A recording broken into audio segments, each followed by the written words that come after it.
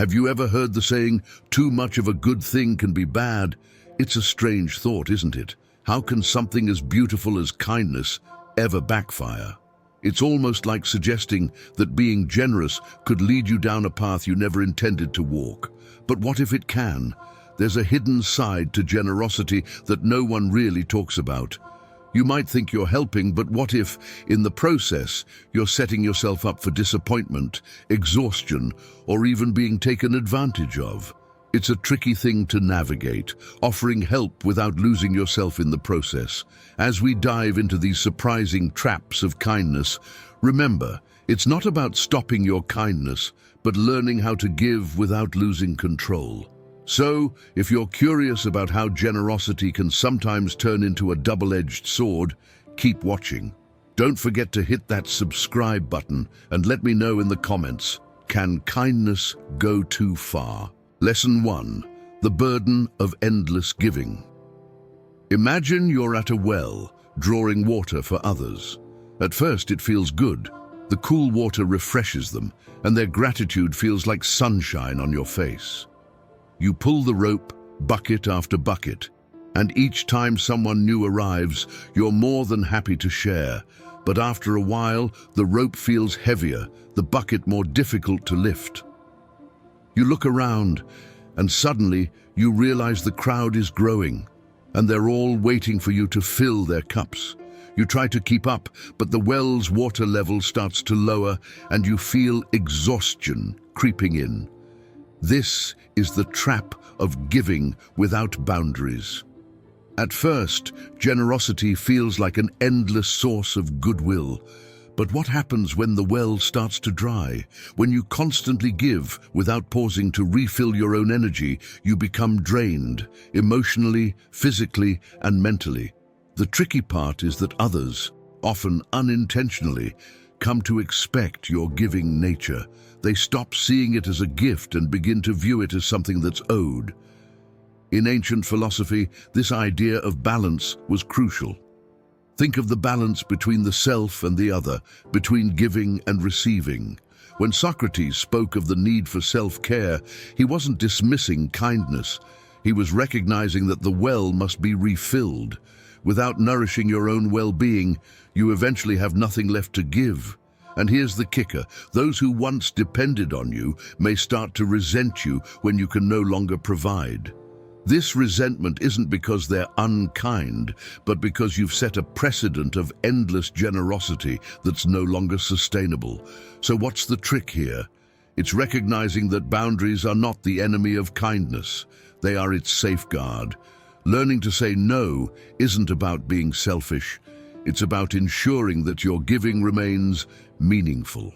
A well that is drained dry cannot quench anyone's thirst. If you want to continue helping others, you must take the time to replenish yourself. It's a paradox, really. The more you protect your energy, the more you'll have to give in the long run. The ancient Stoics were keen on this balance too. They understood that while we are social creatures, we are also responsible for the stewardship of our own inner lives. You are not selfish for guarding your well. In fact, it is the wisest thing you can do. When you protect your resources, you can continue to offer help without sacrificing yourself in the process. And remember, a no today allows for a more meaningful yes tomorrow. Lesson 2. The trap of expecting gratitude. Picture this. You've spent hours preparing a meal for a group of friends. Every detail has been thought out. The table is set, the food perfectly cooked, the wine carefully chosen. As they sit down, everyone enjoys the meal, conversation flows. But as the night comes to an end, something is missing. No one expresses gratitude. No one acknowledges the effort you've put in. You smile on the outside, but inside there's a sting, a quiet whisper of disappointment. Was it not enough? This is the hidden trap of excessive generosity, expecting gratitude. It's a tricky one because it sneaks up on you. You give from a place of sincerity. You want to help, to be kind, to make someone's life better. But over time, the subtle expectation of appreciation creeps in.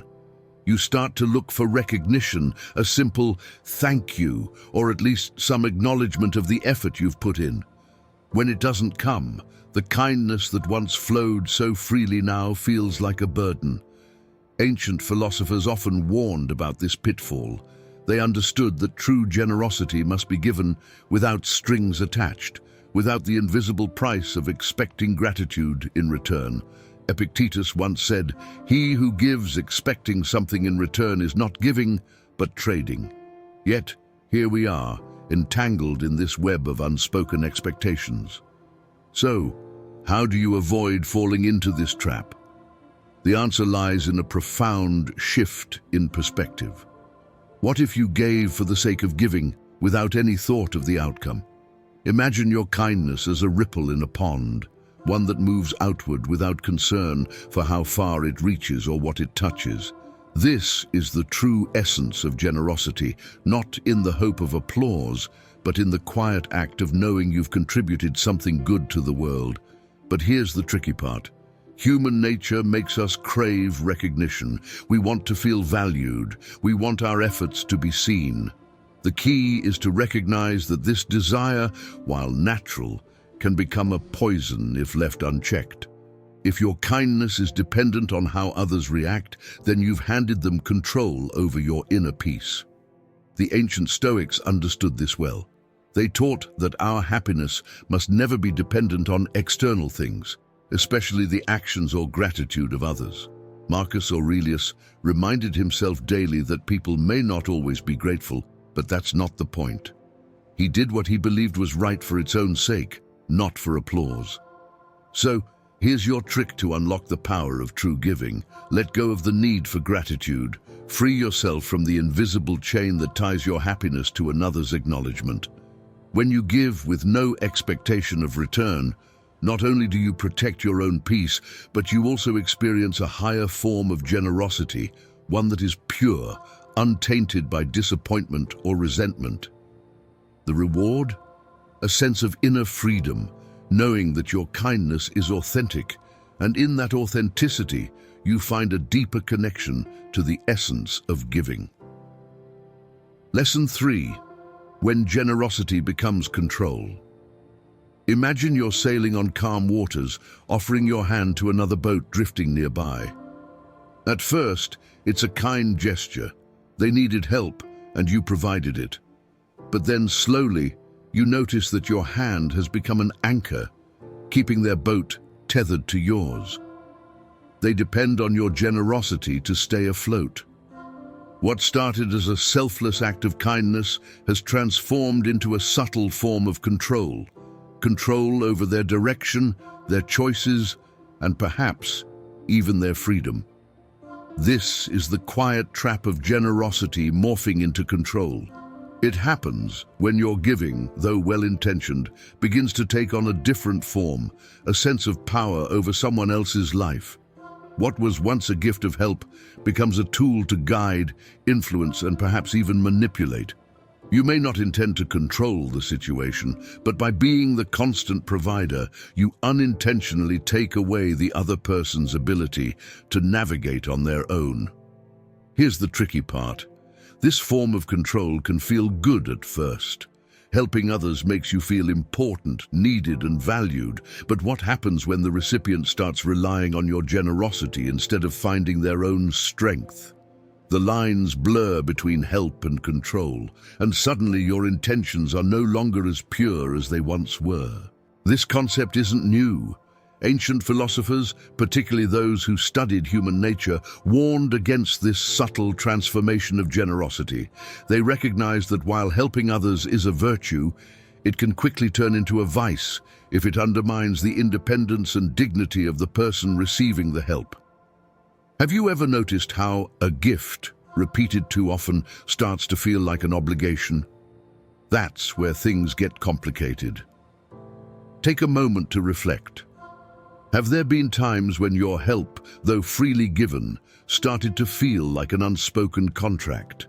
A contract where the person receiving your help owes you not in words, but in reliance, in leaning on you for support in situations they could handle themselves. This is where generosity turns from a noble act into a form of quiet control. So how do you navigate this delicate balance? The key is to empower, not control.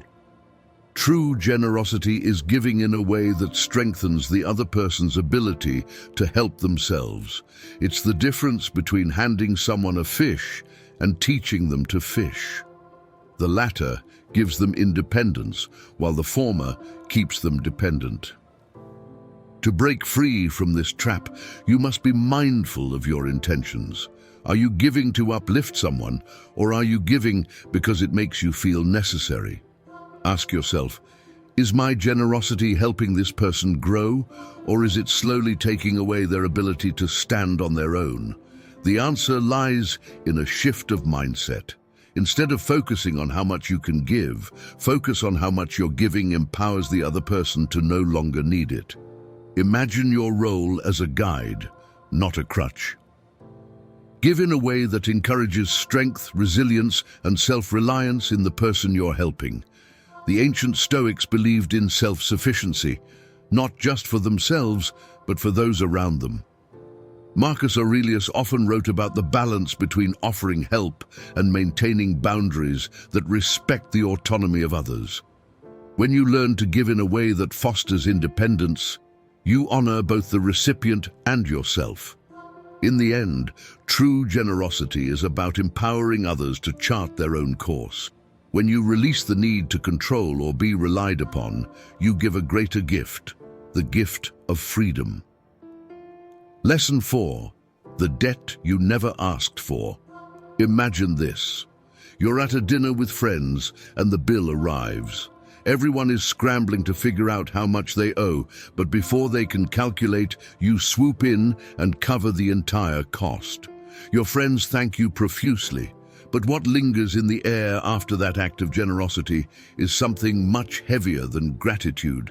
It's an invisible debt, a debt you never intended to create, but one that exists all the same.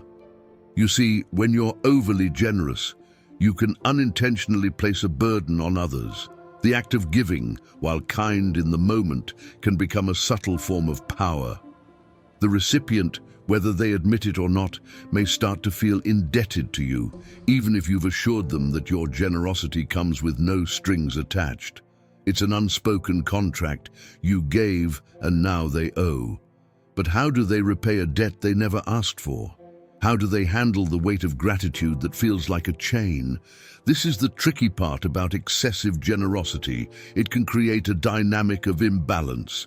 The receiver might feel trapped in an unspoken obligation, constantly wondering when or how they can repay the favor. It doesn't matter if you've told them that there's nothing they need to do in return. In their mind, the scale has tipped, and they're now on the wrong side of it. Let's dive deeper into this. In ancient philosophy, especially within the teachings of Stoicism, the idea of balance in relationships was central. The Stoics believed that every interaction should aim for equilibrium, where neither party felt superior nor inferior, where no one was burdened with unseen obligations. When you give excessively, even with the purest of intentions, you risk disrupting this balance. Think about it. Have you ever felt awkward or uncomfortable after someone went out of their way to do something for you? Even if you didn't ask for it, the act left you feeling like you now owe them something. Maybe it was a favor, a gift, or an act of kindness that went too far. And as a result, you found yourself trapped in the cycle of trying to repay a debt that was never clearly defined. This happens all the time in relationships, both personal and professional. People overgive, thinking they're being helpful, but they don't realize the burden they're placing on the other person.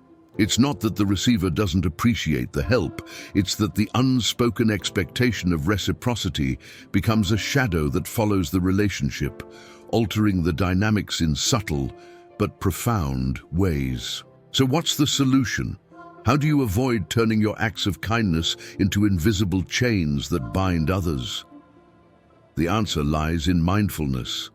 Be aware of how much you give and why you give. Ask yourself, Is this generosity necessary? Or am I doing it to feel important, to strengthen my sense of control over the situation?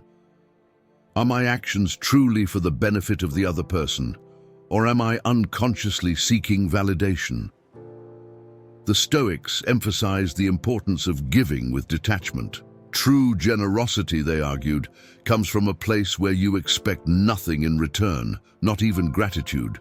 It's about giving because it's the right thing to do, not because you're trying to maintain control or create a sense of obligation. Next time you're about to offer help or give something, pause and reflect. Are you maintaining the balance, or are you tipping the scales in a way that could make the other person feel trapped by your kindness? Remember, the greatest gift you can give is the freedom to remain independent, unburdened by any debt or obligation. In the end, the key to avoiding this trap is simple. Give with no strings attached. Let your generosity be a gift, not a debt, and you'll find that your relationships remain free from the invisible chains of obligation. Lesson 5. The unintended consequences of always being the fixer. Imagine being the go-to person for every problem your friends, family, and co-workers face. At first, it feels empowering. You're the hero, the problem solver, the one everyone turns to in times of crisis. You fix things, you save the day. But slowly, something begins to shift. The more you help, the more they depend on you. What started as a generous gesture becomes an unspoken expectation. Now, instead of being appreciated for your help, you find yourself overwhelmed, wondering how you became everyone's personal lifeboat. This dynamic, while seemingly benign at first, can spiral into a situation where your generosity becomes a crutch for others and a trap for you. You become the fixer, the person everyone relies on, even for things they could solve themselves. It's a subtle shift, but over time, the balance of power and responsibility starts to tilt. Your help, once appreciated, is now taken for granted. You've become indispensable in a way that drains you, leaving little time or energy for your own needs. This is where the tricky nature of excessive generosity reveals itself. You think you're helping others by stepping in, but in reality, you're teaching them to lean on you more and more, eroding their own ability to handle difficulties. What's worse, you're sacrificing your own well-being in the process, slowly burning out from constantly fixing problems that aren't yours to fix. This trap is particularly dangerous because it's wrapped in the guise of kindness. After all, you're just trying to help, right? But ancient philosophy, particularly Stoicism, teaches us a different lesson. The Stoics emphasize the importance of self-reliance and resilience, not just for ourselves, but for those around us. By constantly fixing other people's problems, you deprive them of the opportunity to grow stronger, to learn how to face challenges on their own. You might be solving their immediate issue, but in the long run, you're weakening their ability to stand on their own 2 feet. Consider this. When a child is learning to walk, what happens if you constantly hold their hand and never let go? Sure, they avoid falling, but they also never learn the balance and strength required to walk independently. Eventually, they'll need to take those steps on their own. The same principle applies to our relationships. When we constantly fix things for others, we unintentionally stunt their personal growth. They become reliant on us to solve their problems, and we become trapped in the role of the perpetual fixer. Now let's look at this from your perspective. How does being the fixer affect you? At first, it may feel rewarding. You're needed, you're important, but over time, it becomes exhausting. You start to notice that you have little energy left for your own life, your own passions. Your identity gets tied to being the person who fixes everything, and suddenly you feel like you're not allowed to say no. You've built a reputation, and now you're trapped in it. This is where the Stoic idea of boundaries becomes essential. The ancient philosophers believed that while it's noble to help others, it's equally important to maintain balance in your own life. If you're constantly giving without limits, you'll soon have nothing left to give, not to others, and certainly not to yourself. Generosity, when unchecked, can turn into a kind of self-imposed servitude. The trick, then, is learning when to step back. It's not about refusing to help, but about helping in a way that empowers others rather than making them dependent on you. Sometimes, the greatest act of kindness is to let someone struggle a bit, to let them find their own solution, even if it's difficult. That's how they'll grow. That's how they'll learn resilience. In the end, true generosity is about giving others the tools to help themselves, not about constantly fixing their problems.